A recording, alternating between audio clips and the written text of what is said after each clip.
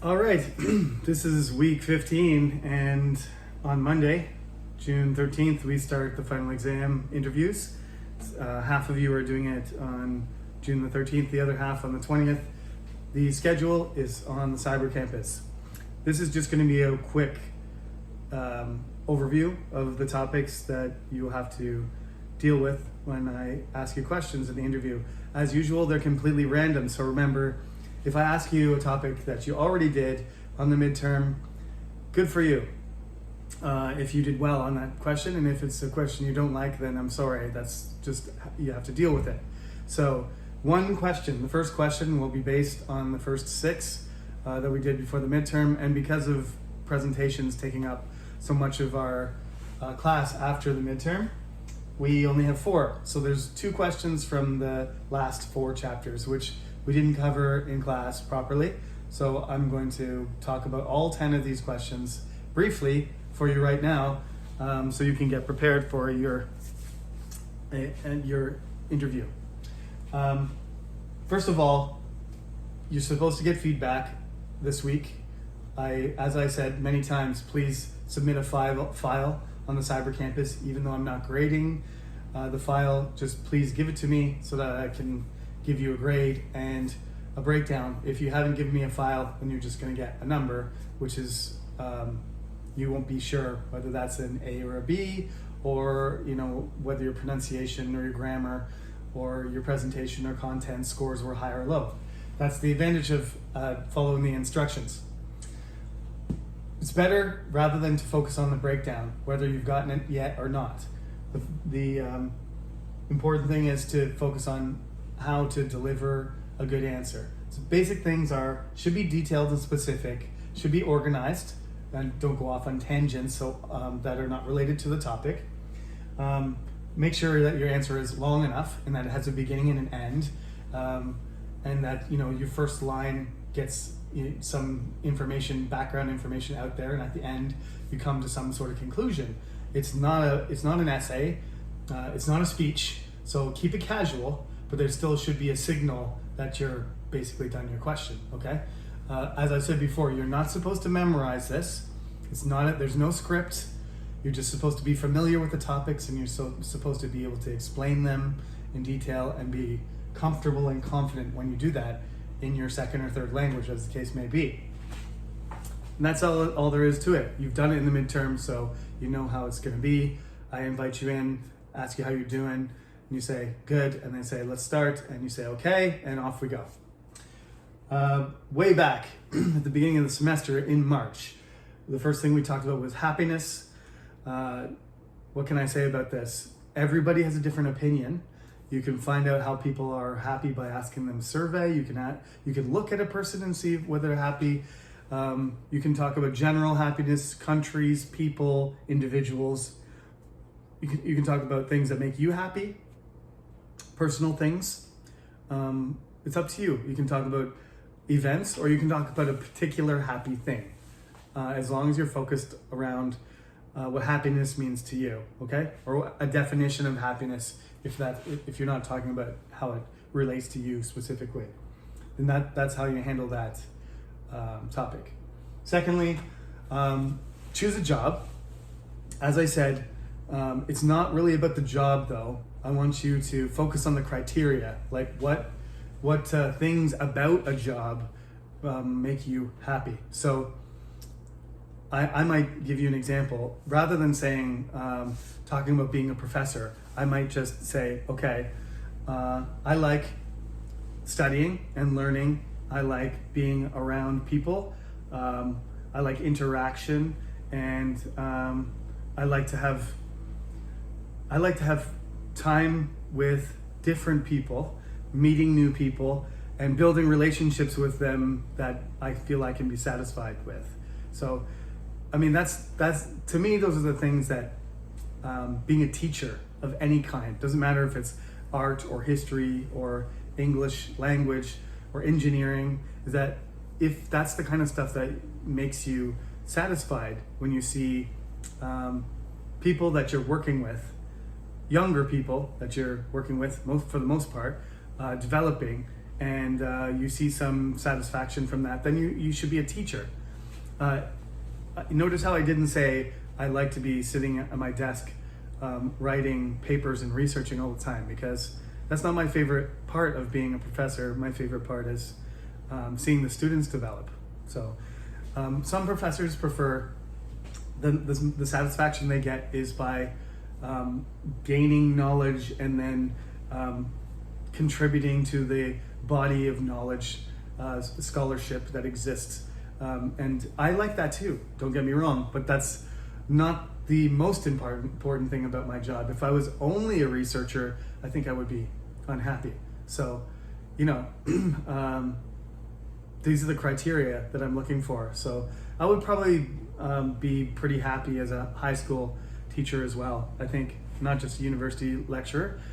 I could have done that instead, and that might have worked out for me as well. So sometimes it's good for you to focus on the aspects, the criteria of a job, rather than, I want to be a police officer.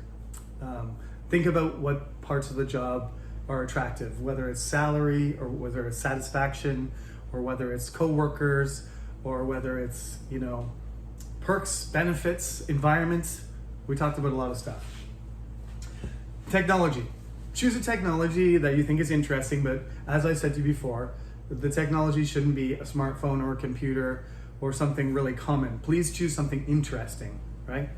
Choose something that's a little bit different, almost something unique would be, right? So like even a prototype, some sort of technology that's not completely developed yet. Not something that's really mainstream. As I said before, I don't want everybody telling me about their iPad and their Samsung Galaxy phone and their personal computer, because everybody has one. It doesn't have to be computer, it's technology of any type. And it can be an older technology too, just one that's not super common. Body language. That chapter was specifically oriented around face, right? Like we talked about poker faces and how you can tell what somebody's feeling by their different, the way they're standing or the way that their arms are or the signals that they make and so on. So you just have to choose something, a situation perhaps, whether you think the person is fake or not. I'm sure you didn't watch, but Johnny Depp and Amber Heard, they analyzed, especially Amber Heard when she was on the stand in the courtroom. I'm sure you all know who Johnny Depp is. They had a defamation trial, and whenever somebody was up on the stand, they did this analysis of their faces. Are they lying, or are they telling the truth? Are they emotional, or are they nervous? Did this all the time because it was pretty obvious that both of them were acting on a certain level. And, everybody was wondering, what does this mean? What does this body language mean? What are these facial expressions trying to tell us? All kinds of interesting analysis. Not sure what the truth is, but that's basically what you got to talk about. Some sort of body language, it's a way of somebody expressing themselves through, their physical appearance. Movies. Talk about a movie really quick, really short summary of it. Main thing, don't summarize the plot. Don't give away the ending. Don't give away any suspense. I haven't seen that many movies, especially recent ones. I don't care if you describe to me the plot of really old movie that's from 50 years ago. That's not a big deal. But I rarely go to movies, and I don't want you to. If you recommend a movie to me and then you ruin it, I'll be sad, because I would take your recommendation and I'm interested in seeing. I'm interested in seeing some movies soon. Now that COVID is over, I'd like to go to the theater, again. So if you give me a good recommendation and don't ruin it, I'll probably go see it. Okay. Remember, no spoilers. Good and bad. You can talk about a good day, a bad day, good situation, bad situation, unlucky or lucky, some object or thing or event. It doesn't matter. I think we all know about that one too. Moving into the new questions, the new 4. The first one is about money management. It's about saving money and spending money and investing.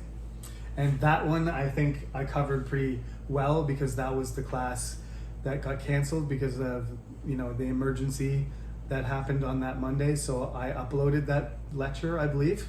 So you can refer to that one easily. So that doesn't require much explanation. But how do you manage your money is the main topic.